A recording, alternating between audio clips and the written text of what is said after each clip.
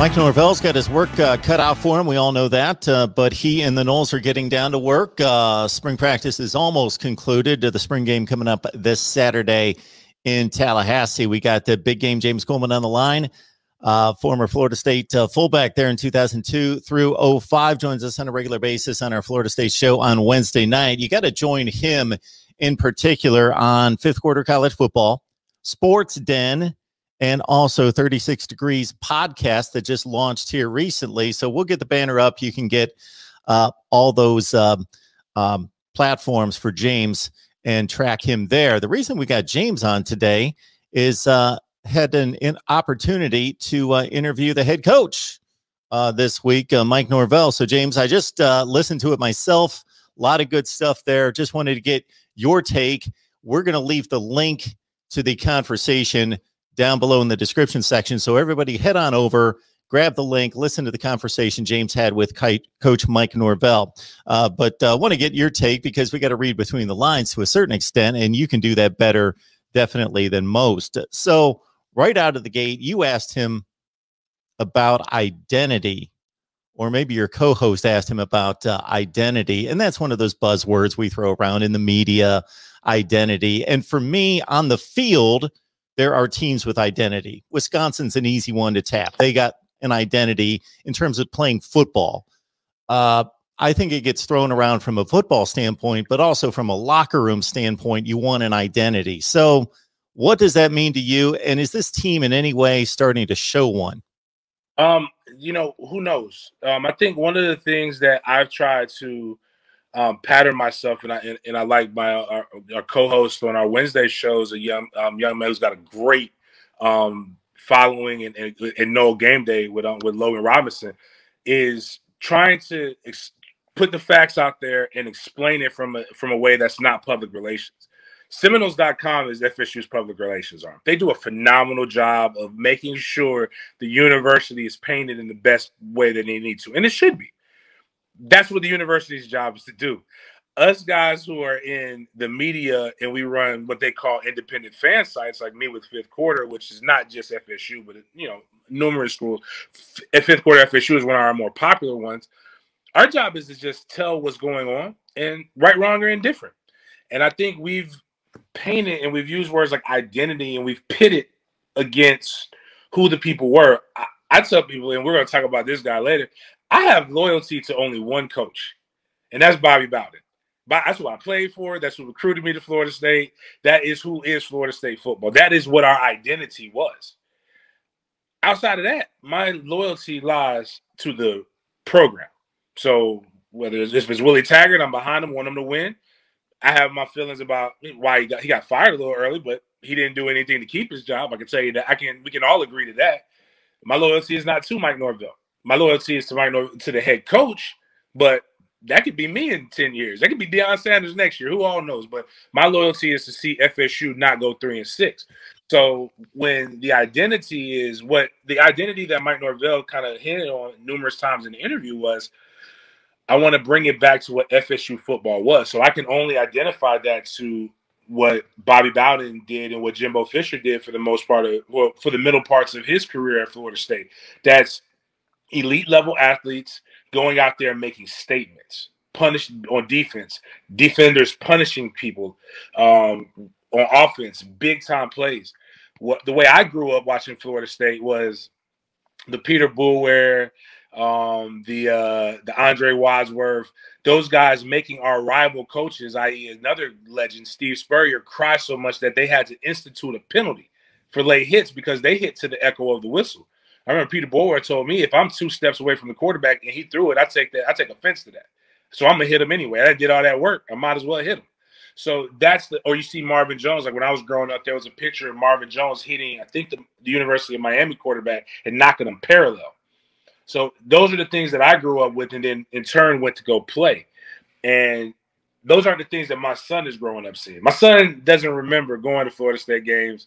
Like he was born in I got it, 7 now, so we're 21. So that means he was born he was born in June, so he was the first when we won the national championship. We went on that run. He was Google Gaga and spitting up stuff every 5 seconds. Then he went through 14, so he saw the win streak. before we lost to Oregon. And, 15 wasn't bad. 16, I think, was another good year. That's when I almost had to cuss out EJ Manuel for telling my son he could be an NFL player eating chips and soda. It's not the advice you want your son to get. But like now, him seeing all these things, it's not like how it was when I was growing up. And the identity is how we're going to get that next generation of knows. Like, and so when I'm speaking for like my son, and I always tell this, I've been telling more vocal about this story that happened to us after the 2003 season. Like February, March of 2004, I remember we had all the Nole legends, the who's who. My first time ever meeting Deion Sanders was at this meeting. We won 10 games, lost to Miami twice, once in the regular season, once in the bowl game. And everybody knows PK Sam about this time last year getting on Bobby about a plethora of things, but one of the more incendiary things was saying that he lost to Clemson on purpose to keep Tommy his job. Tommy was getting fired that year. Him beating a top 5 Florida State definitely helped his career. But we beat Clemson, we go play in a national championship more than likely. Well, again, 10 wins. We got cussed out like we went 3-6. They let into us. We have, dropped the dynasty. We haven't been playing to the bar. And there was a lot of other stuff. But the gist of it was we lost the identity, even though the identity has shown that it's really been lost. But I get what they were saying now. They all had children, like my son's age. So what they grew up watching was 15 years of dominance. And even before that, really good teams, anytime, any place, go into somebody else's field and whip their ass. My son's seeing us get obliterated by Notre Dame. He's seeing, not even forget the Notre Dames. That happens. Notre Dame's a good traditional program. North Carolina's not, even though we beat them, but it still was a close game. And North Carolina State's not. We shouldn't be getting blown out by North Carolina State and Louisville. And that's what my son's seeing. And that's not what the identity is. So Mike's doing it really well with recruiting right now, and getting some identity changing type guys like Travis Hunter and some of these other cats. So we'll just see how it progresses. But I think, that's what I hope that's what Mike's trying to get across. And I got to think one of the indications of having that identity or being able to get it back is that you're stepping on the practice field every day. And something you experienced was you're facing a better player across from you during practice than you typically are on Saturday. And Saturday is almost a break because you're playing Duke, Louisville, Wake Forest, whomever. And it's not anything close to what you had to face every day. And that's not necessarily been this team for the last 3 to 4 years. Yeah, just to give an idea of like what it used to be like when I would come in. We would have a breakdown, right? On Monday's practice, we practice at night, but about 5 o'clock we go in the coach's meeting room. And we would have I don't even know what they got now, but we would have the projector screen. And they would put the little plastic thing in, and it's showing the 2 deep roster, but pictures of the starting 11. And for most of the teams that we played that weren't the University of Miami, and even Florida to a certain extent, but definitely Miami had 11 cats on the field. Most of them had, 1 or 2 guys that were on part of what we practiced against. And, E.J. Henderson for the University of Maryland, who was in 2nd round pick, I think, to the Vikings. Really good middle linebacker, better than what we had. But he was the only guy that they had. Yep. I'm trying to think of, some other cat. Oh, like when we played North Carolina State, all 4 of their D linemen went 1st round. But really we focused on like Mario Williams. And then they had a guy named Manny Lawson who ended up getting drafted to the 49ers. 2 different types of DNs, but we needed to know where these guys were at so that when we were running certain plays. Now I say that when I say the guys who I went up against in practice every day, multiple guys drafted early. I came in with 3. I was a linebacker when I came in, and I was by far nowhere near as good as these other guys, like Buster Davis, Sam McGrew, and AJ Nicholson. And I played against Sam in high school. AJ got drafted. Buster got drafted. Sam I think he might have got invited to a camp or something like that. That next year they bring in Ernie, but with them, Kendall Pope, who ended up getting drafted, Michael Boulware, who's really, really good, Allen Augustin, who was a really good linebacker, but they bring in Ernie Sims the next year. So, like, just that linebacker core that I played the first 2 years, I mean, I practiced against every day the first 2 years, would be Hall of Fame guys at North Carolina State. The defensive ends all got drafted. D tackles, Dockett was the guy. Like, this is who you're going up against in practice, and you're winning against these guys in practice at times. You're losing too, taking your L's, but you're winning more than you're losing. And the guy who got me to where I knew that this was a real thing was a guy named Eric Powell from out of Orlando. He was a defensive end. And I got bummed out because for the first time in my life, I wasn't that guy. Even when I got bullied into playing football my freshman year, but I made varsity. I got bullied into being on varsity because I was that good of an athlete, and they, slowed the game down by teaching me how to play. But I had never not been good, and I was on practice squad, and Mickey Andrews ran a hellacious camp. It definitely just is not like kids couldn't take it these days. What was said and how the fast pace is going. But EP saw that I wasn't getting him right, and this is identity right here. This is what EP told me. He said, "I know what you're doing, and it's not going to work. If you don't go out there and make me better by coming at me full speed, I'm going to make it my personal mission to give you a concussion every day."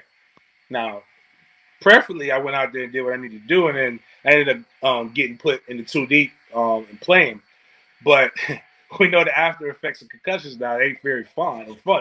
But he knew that he needed somebody on the other side of him to be great, to make him great, so that when he went on that field, it was different. Because we practiced in 2 to 2.5 hours. So 24 periods, 24 times 5, I think that's exactly 2 hours, plus A, B, C, D, which are the practice that you're volunteering those hours for special teams, but if you're not there, they'll find a way to get you to voluntarily do some conditioning, and then conditioning at the end. So you're out there for 2.5 hours, 4 days a week.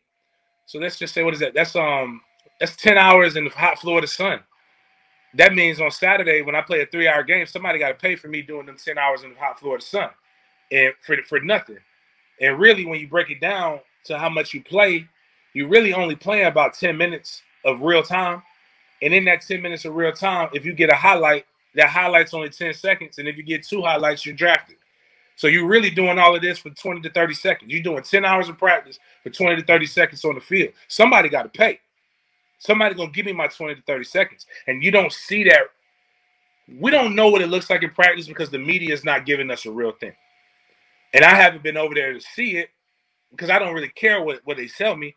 I got to see it on the game. You'll see it. When you see it on the field, you'll know it's real in practice because the way they'll handle it, the way they'll walk, the way they'll go out there. You could tell a prepared player. A prepared player is a confident player. A confident player makes plays no matter what. And that's what, when I'm watching the spring game or when I'm watching this season, that's what I want to see. Prepared, confident players that are going out there making people pay. Got James Coleman on the line. Florida State coverage from him all over the place, and not just Florida State. Covers the NFL with the Jacksonville Jaguars. All Florida football coverage at the collegiate level, as well as fifth quarter college football. Sports Den, you got to lock it in on Sports Den, and also 36 Degrees, a new podcast for you, huh? Yeah, it's we got young lady Danielle. She does a really, really good job. She wanted to get her feet into sports broadcasting, and she was having the damnedest time getting in. And she reached out, and I said, we did that. We've done a couple of them. We're trying to get it more consistent.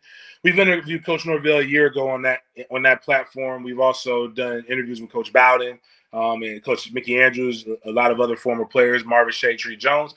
But when she came and told me what she wanted, I knew exactly how she felt because the little bit of success that I've had in sports media has been all on my own.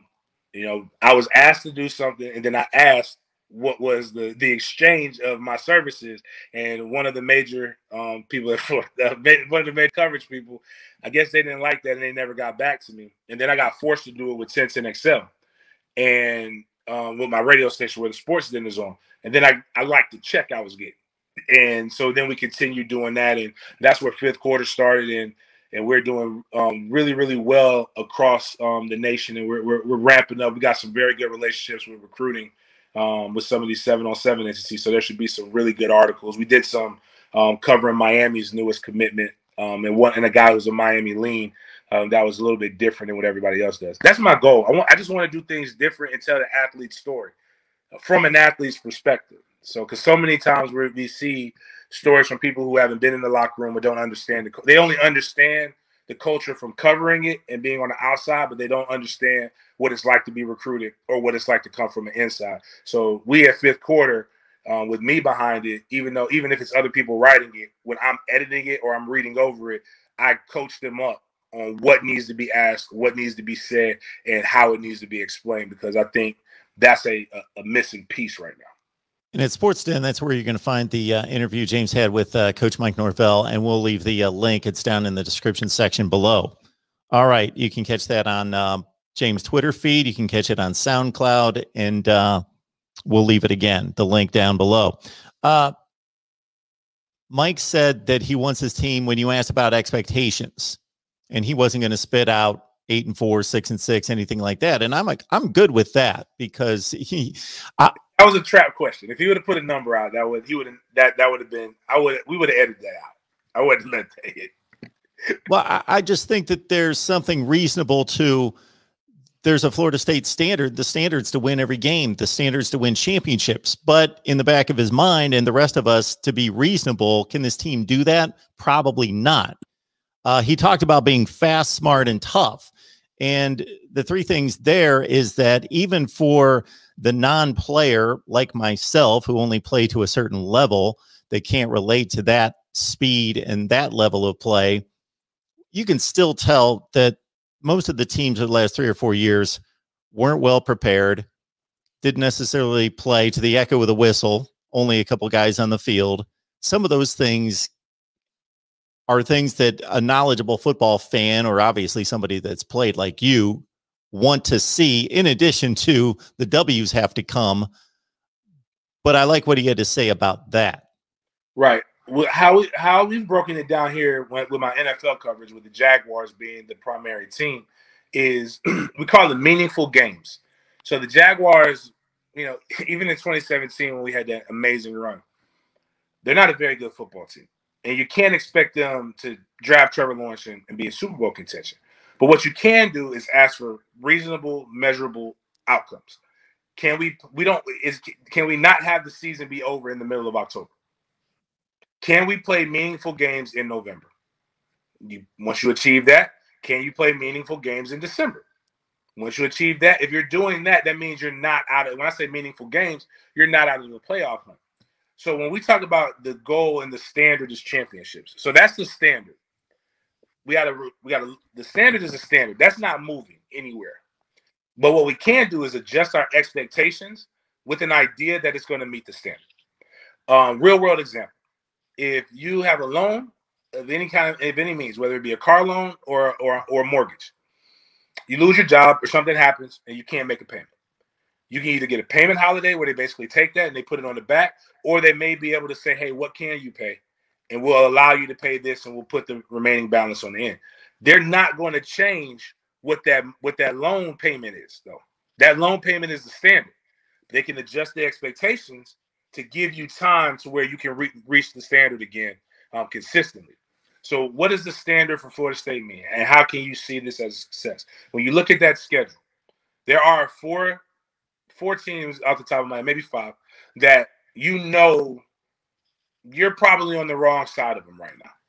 And that's just being honest. That's Clemson, obviously, Notre Dame, Miami, Florida, and in North Carolina as well. You beat North Carolina with 2 very dynamic running backs.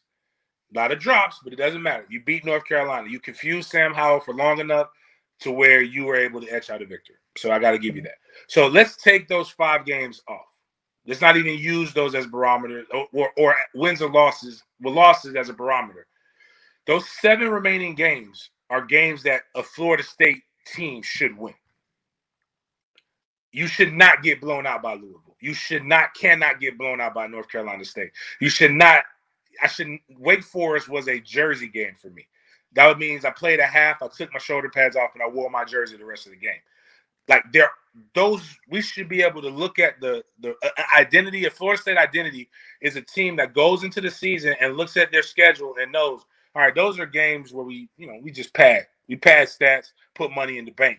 Those 5 games right there are our NFL games. Those are the games that when we want to go to the league, that's what the scouts are going to watch. And even if Florida State was better and dynamic, North Carolina has legitimate pro prospects. Miami will always have legitimate pro prospects. But so let's say you get those 7 wins right there. You probably won't. You'll drop one. But let's just say those should be 7 wins. Now, those remaining 5, how you play them dictates where you are as a program.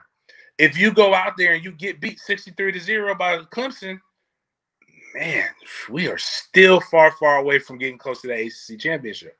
But even Clemson, they hot right now. I'll give you that. Clemson's what we were in our 15-year run. I can't get beat 63-0 by Miami. I can't get beat 63-0 by Florida. I gotta find a way to beat North Carolina, and I can't let Notre Dame come home and just absolutely destroy us. But even if we lost all 5 of those, if they're shootouts or they're close games, fans have something to be excited about. But not this BS that we did last year. So, like, saying that we were in it for a half or a quarter against Notre Dame, right? And you go back and you look at the plays, and I did this in a couple groups, and I put it inside the 5th quarter Discord. And I'm like, dude, look at the play. We stopped him. No, the running back who hadn't had a fumble in 2 years magically fumbled the ball, and we recovered it. Had he not fumbled, the defensive end was out of position. He was going to hit the crease. And I said, they're like, how do you know? Because they hit the same damn play 3 times in the game for like big yardage. That's how you know when you start going back and you look at it, they're a fluke. And we can't have flukes. So I mean, those are realistic things. And I think Mike Norvell can achieve all of those things if we have an offseason that's not as not as petty or with little BS lies and little bad things. Like, if you text everybody, just say you text everybody. Don't say you reached out to people individually. Words have meaning. And Mike know if you listen to my interview, understand Mike Norvell knows that words have meaning. Mike Norvell is a very intelligent coach. And, you can't have that. Obviously, COVID, I'm going to give him that. I shouldn't, but I'm going to give him that. But now you have a whole offseason, and you have got to – and this is what I actually appreciate by him, because there's a lot of fans who say I don't like Mike Norvell, and that's not the case at all. I actually have immense respect for him. What me liking Mike Norvell has nothing to do with Mike Norvell not doing his job or not. My job is to see Florida State be great. So I'm going to tell the truth. But Mike reached out to me. SID didn't. Sports Info didn't reach out to me. Mike DM'd me and said, hey, I want to come on your show. He didn't ask to be on a podcast. He asked to do the radio show live. So, like, that's it. That means that and each time, the last year's interview and this year's interview, Mike understands the standards and he understands the expectations. He does not need to be babied. He does not accept that. He does not want that. He understands the truth. He watches the film. He does all of those things. And me and Mike have talked since my interview. And some people say, even my own partner said, dang, James, how many times you going to remind a man he went 3-6? Say as many times as necessary. But he understood that that's the expectation is not to go 3-6. So fans, it's not about if you like Willie Taggart or you want to see the last administration go. It's not. It's that you don't like being 3-6, and there's no excuse to be that. So, I think those are the things that, that's what I'm gathering from them. And like I tell people, I don't listen to 247's podcast. I don't listen to all these other people's podcasts. All I can go by is and how I was raised is I go by what a man said to me when me and that man talk. And if you listen to and if I were you, I would listen to this interview that we had, and that's what I would judge FSU's next season by. What Mike out of the mouth of Mike Norvell, not poke prodded, no voice altering what he said on his own words. James' interview with Mike Norvell, the link's in the description section just below this window, so you can grab it right there, right on the top line. We'll put it right there. It'll be right there once this video is released. You can get a Florida State face mask on our voiceofcollegefootball.com site. So you just go register for free. It's right at the top of the window. Get your free mask, 20% off your first purchase. Even though you don't have to buy anything, you get entered into a $25 gift card giveaway as well.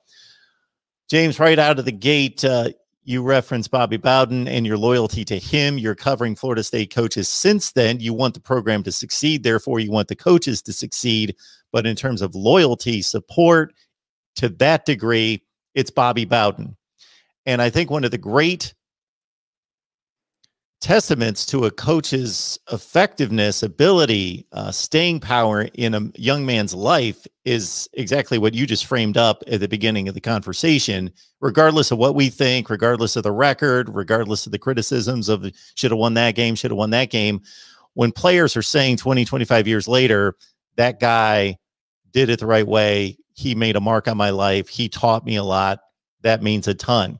News came out today that Bobby Bowden's going to receive the first Florida Medal of Freedom. Don't know exactly what that is, but we can probably surmise that it's something comparable to the Congressional Medal of Freedom on a national level.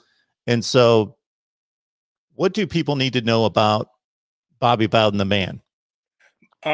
You know, he's a man who, I'm going to say this first.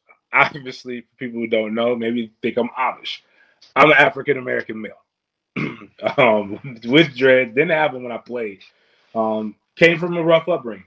And so many men did. I mean, so many young men that Coach Bobby Bowden, whether it be not just the hood, like trailer park, he went and got all of them. So when I want to say that first, so that when people, you know, a lot of these things like who he voted for and those things, and I'm not trying to make this political, but I'm just telling people, I don't give a damn about who you vote for. I give a damn about how you treat me and mine. And Coach Bowden has been nothing but great to me. And people can say whatever they want to say, but like if I picked up the phone and said, Coach, I really need something, Coach will answer it and he would do for me. Coach Bowden I've got a chance to interview him. He's very aware of what's going on still, even in his older age. And that's what makes him unique is the ability to, no matter how he met you, to remember you and make you feel important. And I think people dismiss that fact in today's society. You know, you got how many black number 36s has Coach Bowden seen in his entire coaching career? But for him to remember who I am, and I was, you know, either I was better than what I know, which could be true. You know, a lot of people tell me I was pretty good, but I'm not the best number 36 to ever play at Florida State.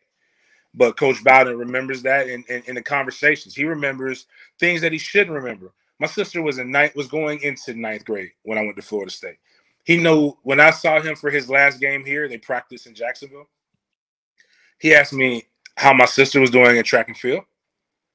For him to even know that and remember that's way bigger than what a lot of coaches would do.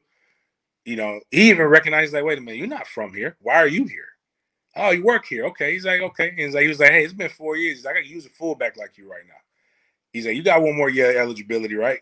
And, you know, laughing and joking, tongue in cheek. But it's just that little conversation means a lot because of who he is and what he's been. He is loyal to his faith of what he believes in. And that shows that he's a man of principle. He's a very principled man. He does not change. He loves, you know, whether you religious or not, he loves God and the Bible. And what you gonna do every year with him is he gonna take you to a white church, which actually, to be honest with you, when I was there, our white church was our team chaplain, Clint Purvis, who I actually just talked to today, another great man, principal man.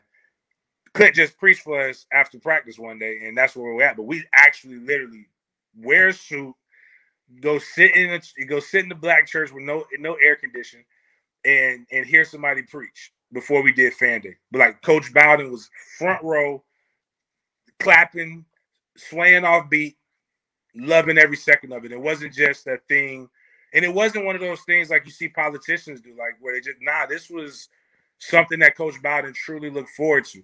Coach Bowden made sure we knew who the sheriff was and the chief of police. And, he made sure, like, all he asked you to do was the right thing as much as you can. And he's going to step in and vouch for you. He's going he's going to hold the bat for you.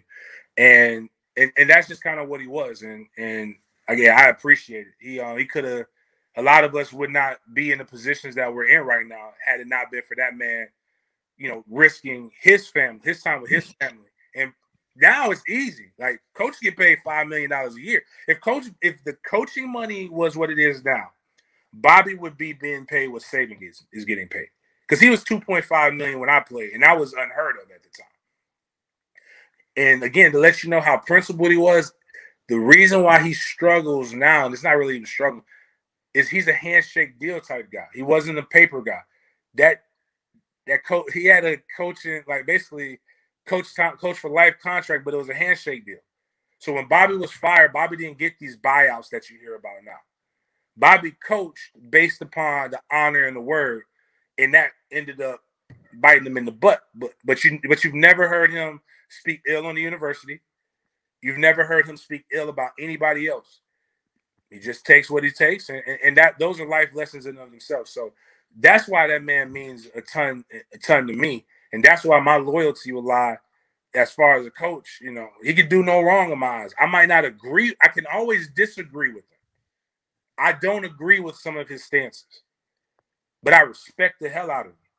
And I'm not going to disrespect my coach like that. That's just not that's not in me to do that, because again, I would not be where matter of fact, people be like, man, you talk well.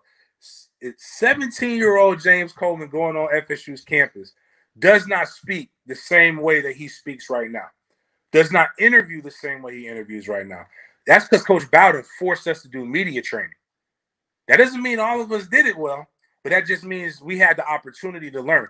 4 years, four times somebody came in and taught us how to conduct an interview, how to talk to somebody, and how to beat and how to engage. I may talk a lot more trash now, but I learned why you don't become locker room material. Bobby never was my locker room material. He always made us say, man, shucks, that guy's good, this guy's that. But he will never berate or down or speak ill on somebody just for, well, now the kids use clout. Because we're Florida State. They already know we better than them. They know what's about to happen. So why we need to rub it in their face on the field? And at the same time, Bobby allowed us to have the confidence and the swag to be able to go out there and be who we were. Now, Jimmy Johnson probably did a little bit better. I ain't gonna lie. Had those boys letting them dance, do backflips. But that all shucks thing that Bobby does, don't get it twisted. Bobby is a goon. Mickey Andrews don't follow up under somebody who's a chump. All those kids that came from those areas don't fall up under a chump. Bobby we was jumping on logos, and like people say, oh, they stepping on him. We was jumping on logos from 80 to 2003 when ESPN finally decided, because we went into Florida, whooped their ass, and then we did what we do every game. Literally before and after games, especially if we win, we are going to the 50 and we're jumping on the logo. But before a game, we jumping on the logo. He blow that whistle. We turn around, take them helmets off, raise them up, walk to the end zone, to the good, bad, and the ugly. That was Bobby allowing us to be able to be who we were as inner city kids, as tough kids that talk trash. But when that whistle blew, we were under control. So again, those are the things that, I mean, some people won't get it because they've never really been in sports. The discipline, I almost joke, like Bobby had 85 really, really violent pit bulls. But we were violent to who he told us to be violent to. When he blew that whistle, we knew, all right, it's time to stop. And normal people probably can't understand that. People who have animals or people who are abnormal, like, it's not normal to put on a helmet and run 20 to 25 miles per hour into another human being. So maybe if you've done that before, you can understand it. But again, it's what he built us up on the field and what he built us up off the field. I could talk all day about Bobby in a great manner. I'm just grateful that he's here. I do know, but just like I got my own grandmothers. You know, one of my grandmothers is ill, and the other one, you know, she's doing all right. But I know in the next 10 years, I'm gonna do something I haven't done in a while. 3 times. And that's cry. When Bobby goes, I've already told him if I'm working, whatever I'm doing, if Bobby Bowden goes on that day, I'm not coming into work. I might not come to work for a few days because I don't know my grandfathers. I know my dad. He's a better granddad than he was a father. But for most of my life, for 4 years, actually not most of my life, for 4 years, Bobby was the closest thing to a consistent male role model that I had. And there's nothing that he can do besides, I don't know. I don't really know. There's nothing that he will do because he's got character that he will do that would change what he meant to me for those 4 years and what those 4 years of development brought me into today. I don't care. Outside of maybe Hitler being reincarnated and him voting for him, and I don't even know that, man. It take a lot of convincing. I may not agree with it, but Bobby was. I judge people based on what they were to me. I can respect others' opinions, just like even with my dad. My dad, I love my father. If somebody tells me my dad's a jerk, I'm gonna agree with them. I've seen it, but that's still my dad. No matter what happens with Bobby, Bobby is and will always be my coach. And there ain't nothing he could do. And I'm proud of him. I don't know what, like you said, I don't know what the hell that award means, but I do know this. If the governor, no matter who the governor, who the politician is, if they recognize you, that's an honor because they didn't have to recognize you. That is awesome stuff from James Coleman. That's what we get from him on a regular basis anytime he comes on here. And you see on the banner right there all the media obligations he has, and they go beyond Fifth Quarter College Football, Sports Den, and 36 Degrees. So we invite you to head on over there. And I encourage you, not for charity's sake, because I'm asking you to, but because it's worth it, to check out his work on those platforms. And James has a ton of obligations, but he's still, talk about a stand-up guy, contributes here, makes my show whenever he can, contributes here for a number of years, dozens and dozens and dozens, maybe into the hundreds of times at this point. So James, you don't have to do that. Just like Bobby didn't have to do a number of things for you, you didn't ever have to do any of that for me. So we appreciate your contribution, and your word is always top notch where I sit. All right, man. I try again. I learned that from the old man. And again, I like what you do. I think if anybody's not paying attention to what you're doing with college football, I think they're sadly missing it. It's very unique. You're giving not just the big time people who cover the sport, but the people who really, I think it's the guys who really have a passion for coverage and are trying to be great journalists. You're giving them a great platform, and I think your fans are awesome. Even the ones that come, I think that's what it's about. I think that's what trolling and debating and arguing with respect is what makes college football or college sports in general so great. Somewhere down the line, people, took it to next levels, and I think it came not political in the aspect of, different causes and stuff, but we argue like you argue politics, like you argue sports, and it shouldn't be that. Like, I love when we're doing our FSU thing and the Miami fans come in. I still got that. I keep forgetting. I got the money now. It costs a lot to ship to Ireland or whatever, but just the fact that they'll come on and they support your podcast. I mean, support your YouTube channel. I think that's amazing. I mean, anything that I could do to continue to help you reach those heights that it needs to be at, I'm here for, man. Like I said, I appreciate it.